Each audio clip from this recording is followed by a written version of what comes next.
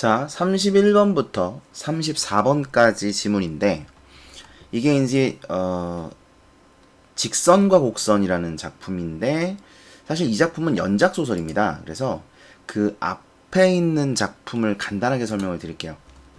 들어보신 분도 계실 텐데 아홉 켤레의 구두로 남은 사내라는 작품입니다.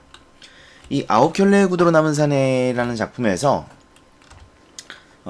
나는 오선생입니다. 이게 지금 서술자가 바뀌어요. 그러니까 아홉 켤레 구두로 남은 사내에서의 나는 오선생인데 지금 직선과 곡선에서의 나는 권씨예요. 그래서 아홉 켤레 구두로 남은 사내에서는 나가 오선생, 그 다음에 권씨가 등장을 합니다. 근데 이 권씨는 그 뭐라 그러죠? 전과자예요. 전과자고 그 다음에 백수입니다. 예, 백수. 그러니까 전과자다 보니까 일자리를 구할 수가 없는 거죠.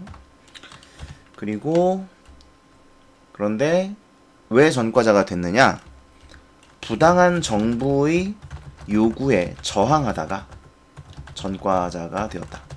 그래서 사실은 좀 억울한 측면이 많이 있습니다. 이 사람은 좀 피해자예요, 피해자. 그 당시 그 부당한 정부가 부당했는데 그거를 이제 권 씨가 뒤집어 쓰게 됐죠. 그 다음에 나는 이제 그 뭐라 그러지? 집주인이고요. 초등학교 선생입니다. 소시민을 대표합니다. 소시민적 태도를 보이고요. 그 다음에 권씨 같은 경우는 오선생 집, 그러니까 나의 집의 세입자예요. 전세로 세입자가 됩니다. 그래서 이제 얘네 둘이 집주인과 세입자의 관계인데 문제는 이제 권씨의 아내가 아파요. 그 전에 이 권씨는 어떤 인물이냐면 자존심이 강한 인물입니다. 자존심이 강한 인물. 그래서 매일매일 구두를 반짝거리게 닦아요. 신고 다닙니다. 그러니까 그리고 이 구두가 바로 권씨의 자존심을 상징해요.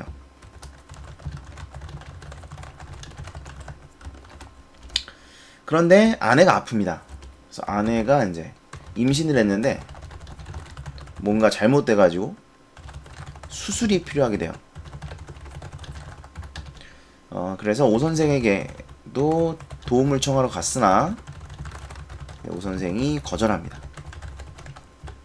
그날 밤 오 선생 집에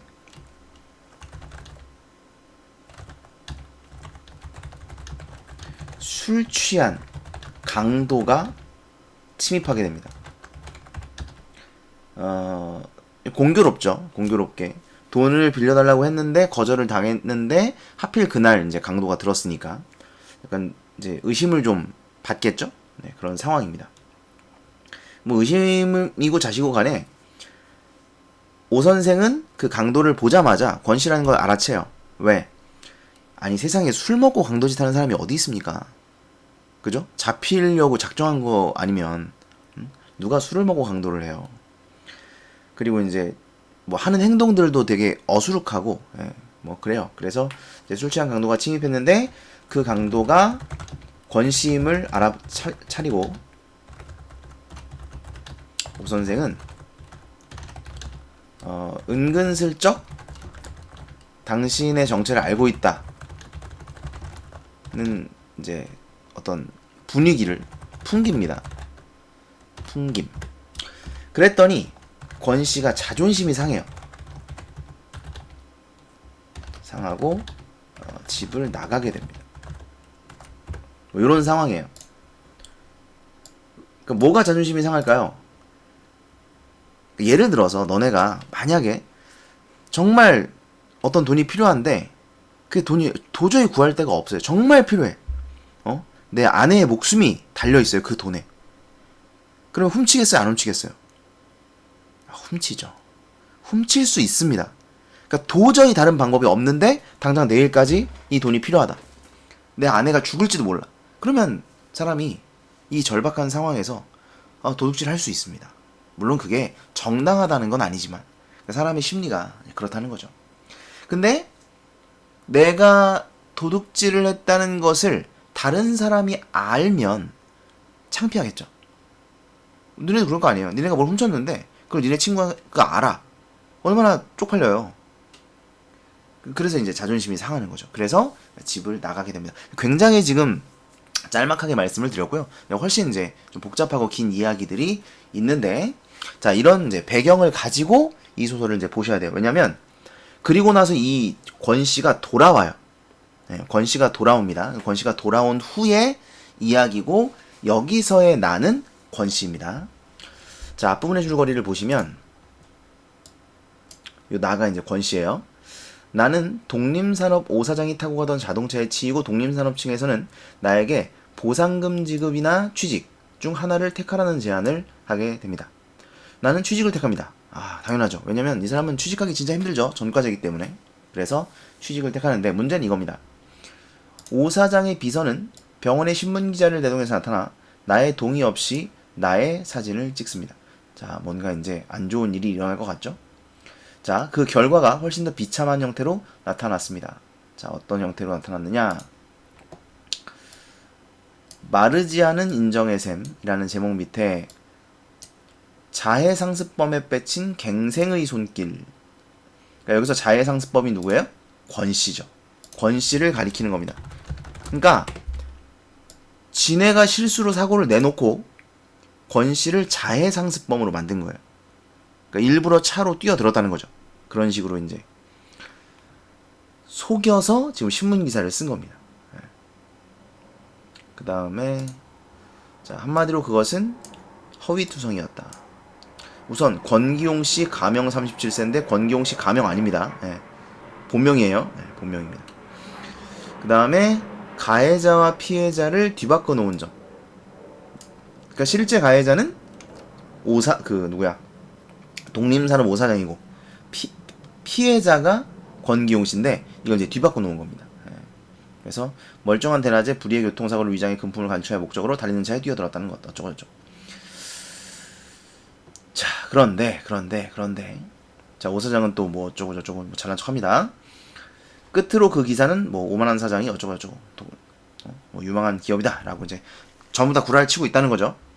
자, 그랬더니 오 선생은 이제 화를 냅니다. 오 선생 집주인이죠. 집주인이 왜 여기까지 온 거야? 자, 이따위 놈들은 집단 폭행죄로 고소를 해야 된다. 어쩌고저쩌고. 막 화를 냅니다. 그런데 그 다음 여기를 보세요. 그의 흥분을 나는 10분 이해할 수 있다. 10분은 충분히라는 뜻이에요. 단어 알아두십시오. 단어 충분히 이해할 수 있었다. 크게는 구두를 태운 뒤로 무섭게 변모해버린 이웃 누구냐면 권씨예요. 권씨. 자, 여기서 중요한 정보가 나오는데 권씨가 구두를 태웠다는 거예요. 언제? 돌아오고 나서요. 자, 아까 제가 뭐라 그랬어요? 권씨의 구두는 자존심을 상징합니다. 그런데 권씨는 저렇게 이제 아내가 아프고 어쩌고 이 사건 후에 집을 나갔다 돌아오고 나서 권씨가 구두를 태워버립니다. 다시 말하면 더 이상 이 자존심을 세우지 않겠다는 거죠. 삶의 태도, 삶의 가치관을 확 바꿔버린 겁니다. 그리고 그 후로 무섭게 뭔가 달라져 버린 거예요. 달라져 버린 겁니다. 자, 어쨌든 그래서 뭐 이러해서 책임감 어쩌고 저쩌고 해서 화를 내는 것일 거다. 그랬는데 나는 그렇게 비참한 기분은 아니었다는 거예요. 나는 진작부터 예감할 수 있었다는 거죠. 자, 그래서 뭐라고 하냐면 어쩌고 저쩌고 저쩌고 해서 모르는 척 넘어갑시다. 라고 이제 권씨가 나아가 이야기를 한 거죠. 그랬더니 오 선생이 화냅니다. 화내요. 그랬더니 뭐라고 하냐면 오 선생한테 빚지고 신세지며 살아가는 거나 이런 취급을 당하는 거나 부끄럽긴 마찬가지다. 자, 이렇게 살나 저렇게 사나 둘 다 부끄럽다는 거예요. 둘 다 부끄럽다. 그러니까 여기서 오 선생한테 빚지고 신세지면서 살아가는 거 이건 뭐냐면 자존심을 지키며 살아가는 겁니다.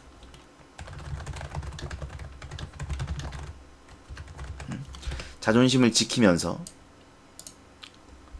정직하게 이렇게 살아가는 거죠. 그 다음에 이런 취급을 당하는 거 이거는 이제 이 오사장이 하는 요런 모욕을 참아가며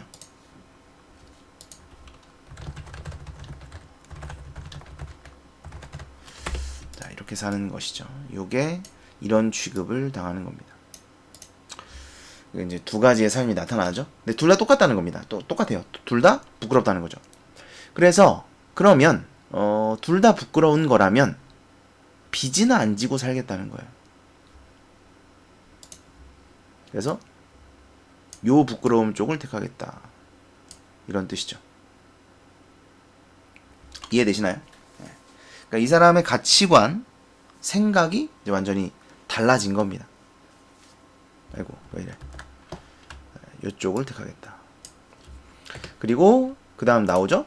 구두를 태우기 전이라면 오 선생보다 훨씬 더 분하고 억울하고 펄펄 뛰었을 것이다. 그러니까 자존심을 세우는 삶을 살던 과거였다면 이런 뜻인 거죠. 네. 이미 구두를 태워버렸습니다. 자존심을 버리기로 한 겁니다. 자, 그랬더니 땅바닥에 내던지는 걸 주워먹는 똥개 신세는 결코 되지 않겠다고 그러셨죠? 자, 이게 이제 권 씨가 예전에 한 말인데 뭐냐면 오 선생이 권 씨한테 왜 그렇게 자존심을 버렸냐 갑자기 이렇게 이제 이야기를 하니까 그래도 내가 자존심을 버리긴 했어도 땅바닥에 내던지는 걸 주워먹는 똥개 신세는 되지 않겠다. 뭐 이렇게 이야기를 했다는 거예요. 근데 내 눈엔 지금 네가 똥개다. 똥개랑 똑같은 거다 지금. 굉장히 모욕적인 발언입니다. 그러더니 우리 집 동준이가 어쩌고 과자를 던지는데 누가 그걸 주워 먹었다.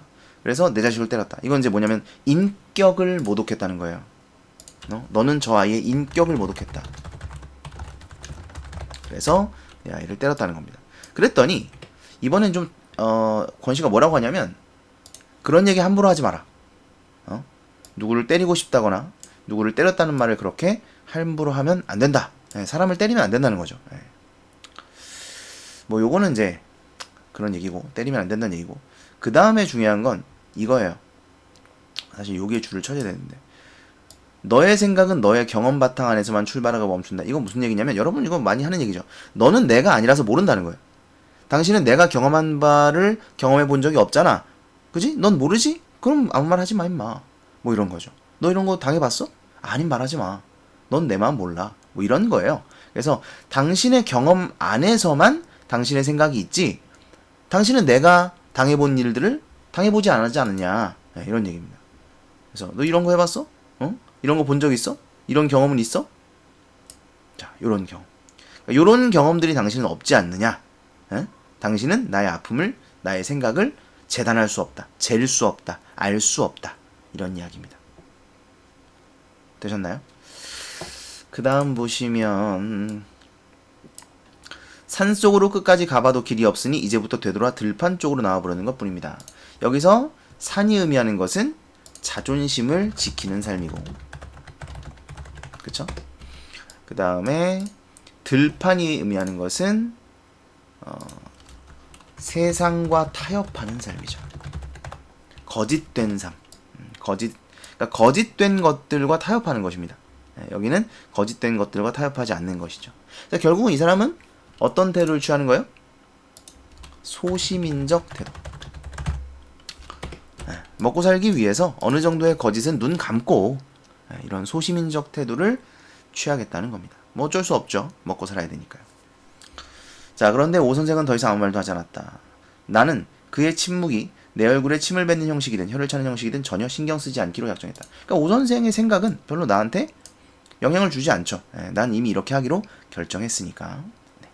이런 내용입니다. 그래서 요 지문만 가지고 보면 조금 내용이 입체적으로 보이진 않아요. 그래서 앞부분의 내용을 좀 설명을 드린 거고 권 씨가 원래 이런 사람이었는데 자기의 아내가 죽을 뻔한 이런 사건을 통해 뭔가 이렇게 살면 안 되겠구나. 내가 아무리 더러워도 내 아내를 죽일 수는 없잖아요. 그렇죠? 그래서 뭔가 달라져야 되겠다라고 생각을 하고 완전히 이제 소시민적 태도로 바뀌어 버린 거죠. 그런 생각, 그런 변화. 어떻게 보면 좀 안타깝죠. 그렇죠? 사실은 자존심을 지키고 거짓된 것에 타협하지 않고 뭐 이렇게 사는 게 뭐 좋은 삶이긴 할 거 아닙니까? 그렇죠? 무조건 그렇게 살아야 된다 뭐 이런 건 아니겠지만 그래도 그게 더 정의롭고 바른 삶이잖아요. 그죠? 근데 이 사람은 이제 어쩔 수 없이 그것을 벗어버리고 구두를 태우고 그러니까 이 사람은 뭐라 그랬어요? 구두를 태우는 아픔이라고 했거든요. 그러니까 자존심을 버리는 게 얼마나 아프겠어요. 원래는 자존심이 되게 셌던 사람인데. 그래서 그런 안타까움 현실을 드러내고 있는 그런 작품입니다. 자, 문제를 한번 보시죠. 윗글에 대한 설명으로 가장 적절한 거 그랬습니다. 답은 3번이죠. 대화를 통해 일단 대화가 많이 나오죠. 따옴표가 엄청 많이 나옵니다. 그죠? 따옴표. 오 선생과 권 씨의 대화로 되어 있고요. 특정 사건에 대한 시각의 차이 드러나죠. 여기서 특정 사건이라는 것은 그 오 사장이 권 씨를 자해공갈단이라고 매도하고 그걸 신문에 낸 거죠. 기사를. 그게 이제 특정 사건이고 그에 대한 시각의 차이가 드러나고 있습니다. 그렇죠? 3번이 정답이 되겠죠. 그 다음에 32번 문제. 윗글을 감상한 내용, 보기를 바탕으로 윗글을 감상한 내용으로 적절하지 않은 것은 그랬죠. 자, 보기의 내용을 보시면 소시민, 그죠? 가진 자의 횡포와 위선, 이런 부조리한 사회 현실. 그 다음에 결국 작가는 사회 현실에 대한 비판입니다. 아까도 말씀드렸지만 물론 소시민의 현실 타협적인 태도 요것도 비판의 대상이 될 수 있는데 사실 이 작가는 이걸 비판하기보다는 이걸 비판하는 거예요. 이거라고 보셔야 됩니다. 그러니까 권 씨가 처음부터 이런 사람이 아니었죠? 이렇게 살고 싶어서 사는 게 아니죠? 근데 억울하게 옥살이를 했고 뭐 억울하게 이제 여러 가지 일들을 당해요. 그러면서 이 사람의 생각이 어쩔 수 없이 이제 바뀌게 되는 거예요. 그렇기 때문에 이 사람을 이렇게 만든 건 부조리한 사회 현실이라는 거죠. 거기다 가진 자들은 또 이렇게 이 사람을 억압하고요. 이걸 비판하고자 하는 것입니다. 적절하지 않은 것은 5번이죠. 부정적 현실에 적극적으로 대응하고 있지는 않습니다. 이걸 적극적 대응이라고 보시면 안 됩니다. 여기서 얘가 뭐 그걸 이용해가지고 취직하고 이거를 적극적 대응이야 이렇게 생각하시면 안 돼요. 부정적 현실에 적극적으로 대응한다는 건 무조건 저항이에요. 저항을 이야기하는 거고 여기도 보면 적극적 대응이 아니라 현실 타협적 태도라고 이야기를 했죠. 그래서 5번이 적절하지 않습니다. 그 다음에 33번 적절하지 않은 것은 1번이 정답인데 양산도집 신양에 대해서 이야기한 거 이거 아까 말씀드렸죠. 나의 삶을 변화하려고 하는 게 아니라